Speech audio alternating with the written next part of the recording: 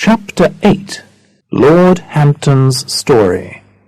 When I was very young, I lived in a village where the people were very poor. I worked on a farm picking fruit and planting vegetables. Every day at lunchtime, a young girl brought me fresh bread and some cheese to eat. She was a very pretty girl, and she wore a beautiful diamond heart round her neck. This jewel was so pretty that I could not stop thinking about it. Late one night, I went to her house, sneaked in and stole the diamond heart, which was beside her on a pillow. The next morning, I left the village. I sold the diamond heart, and I used the money to buy clothes. Then I went to work for a rich old man. I worked hard for many years and became very close to him. I often thought about the girl whose diamond heart I had stolen, but I never went back to my village to see her. One day, the old man asked me to visit him in his house. He said to me, "I have no family. You are a good man, and I want you to have my business and this house. After I die, everything I have is yours." Soon after he died, I inherited his money and became a very rich man. Everyone called me Lord Hampton and were afraid of me, as I had become a cruel master who treated people in a terrible way. One day, the girl whose diamond heart I had stolen years before came to my house. She was cold and hungry and needed work. Now the time had come for me to help her, just as the diamond heart I had stolen from her had helped me in the past. After all, I owed her so much. But instead, when I saw that she did not recognize me in my fine new clothes, my cruel self made me send her down to the basement, where she had to work long, hard hours. Every day she had to carry water from the well, boil it in huge pots, and then wash my clothes in it. Then she had to hang them outside to dry and press them with the heavy iron. She worked hard all day for a bowl of soup and a piece of dry bread. Then, exhausted, she slept on the wet floor for a few hours. The only person that gave her some happiness was a kind young man who finally married her.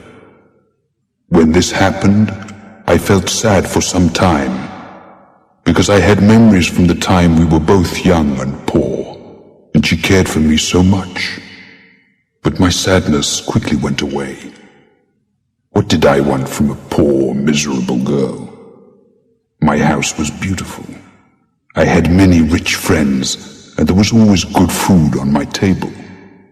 So you can imagine my surprise when years later, when I was an old man, the girl came to me in a dream and said,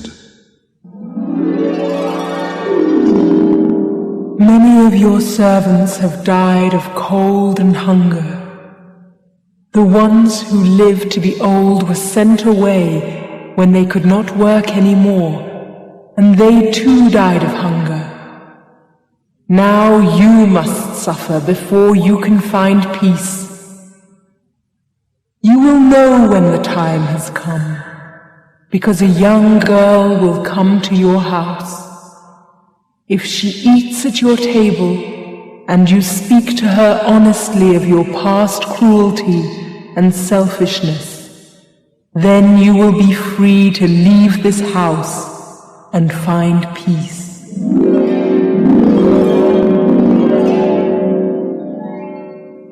In the morning, I found the diamond heart on the pillow beside me, and I knew it had not been a dream.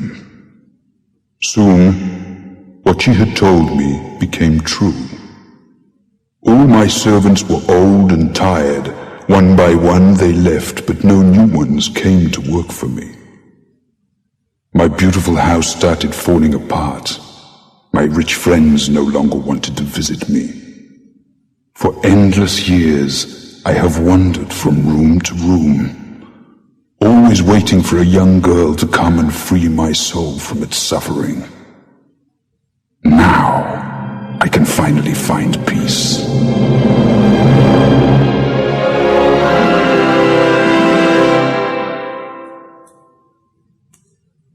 There was a long sigh after the voice stopped speaking.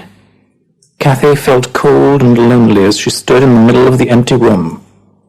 Suddenly, the fire went out.